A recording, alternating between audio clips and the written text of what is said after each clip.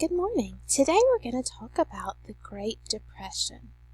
We talked in our last video about the stock market crash, and we said how the stock market crashed and it led to a downward spiral for the American economy. So today we're going to talk about what was life like for people living in the 1930s. Remember, the stock market crashed at the very end of 1929, October the 29th. So typically the Great Depression is the decade of the 1930s. So following the stock market crash, America was in an economic depression. And this is when the economy, or buying, selling, making money, takes a very, very wrong turn. America during this time had a high rate of unemployment.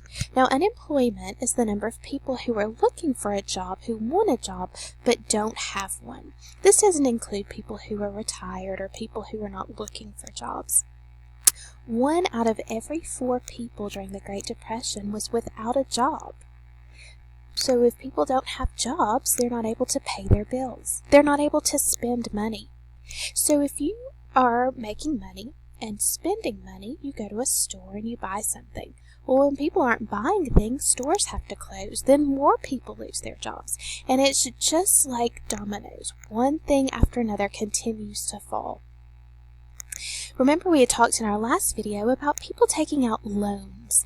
They borrowed money to buy large purchases such as homes. But when they could not pay back their loans, the banks had to take their homes. Then another problem was banks started running out of money. Everybody ran to the bank as fast as they could to get all their money to keep it safe, and unfortunately, the bank just doesn't keep all that money on hand. They use some people's money to make loans for other people. Now, this cannot happen anymore. Your money is insured at the bank now. But in those days, it was not, and the banks began to run out of money. So not only did people not have jobs, but they didn't have access to their savings anymore. So with so many Americans out of work, we had places called soup kitchens that opened up, and these are charities, people trying to help other people. Soup kitchens were opened in cities and towns across the United States, and people could go in and have a free meal. It was often soup, which could be stretched to feed more people by adding water and a little piece of bread. As you can tell by the picture, a lot of the people in line were men. So men would go into the cities looking for a job. They couldn't afford to stop and eat at a restaurant, so soup kitchens provided a free meal for them. Often the lines were long, sometimes wrapped around the building, because so many Americans needed a free meal. They didn't have enough money to buy food. The president during the beginning of the Great Depression was a man named Herbert Hoover. Now, people blamed him for the Great Depression.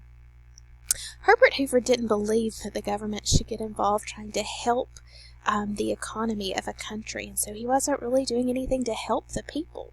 So in turn, they blamed him for the Depression.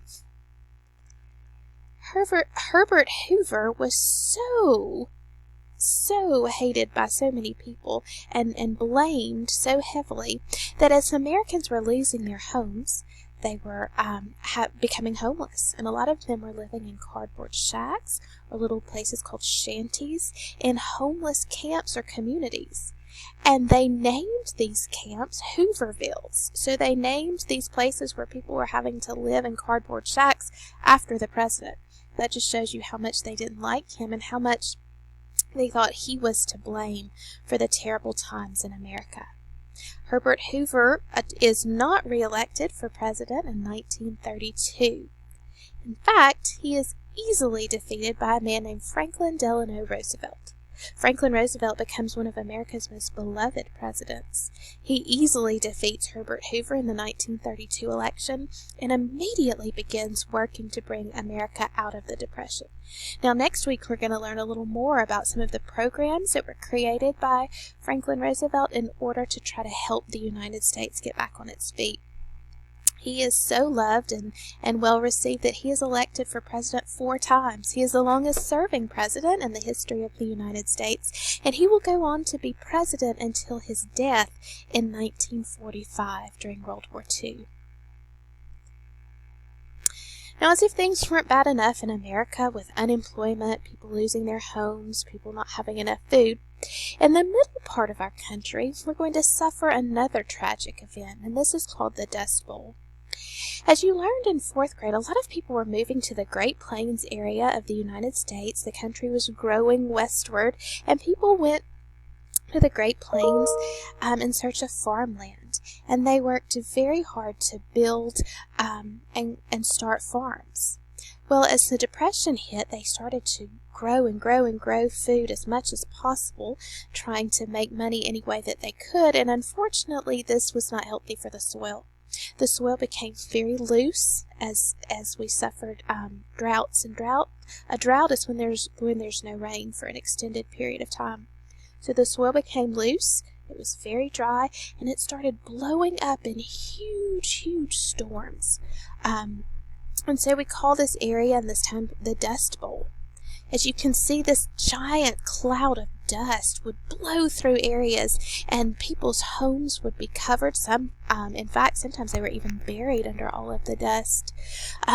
These storms would travel, picking up more dust as they went, and so many people had to leave their homes. They left their homes in search of a safer place to live, a place that they were able to grow food, and a lot of these people packed up everything they had onto a truck and drove to California hoping for a fresh start. So as you can see, this time period in American history was very sad.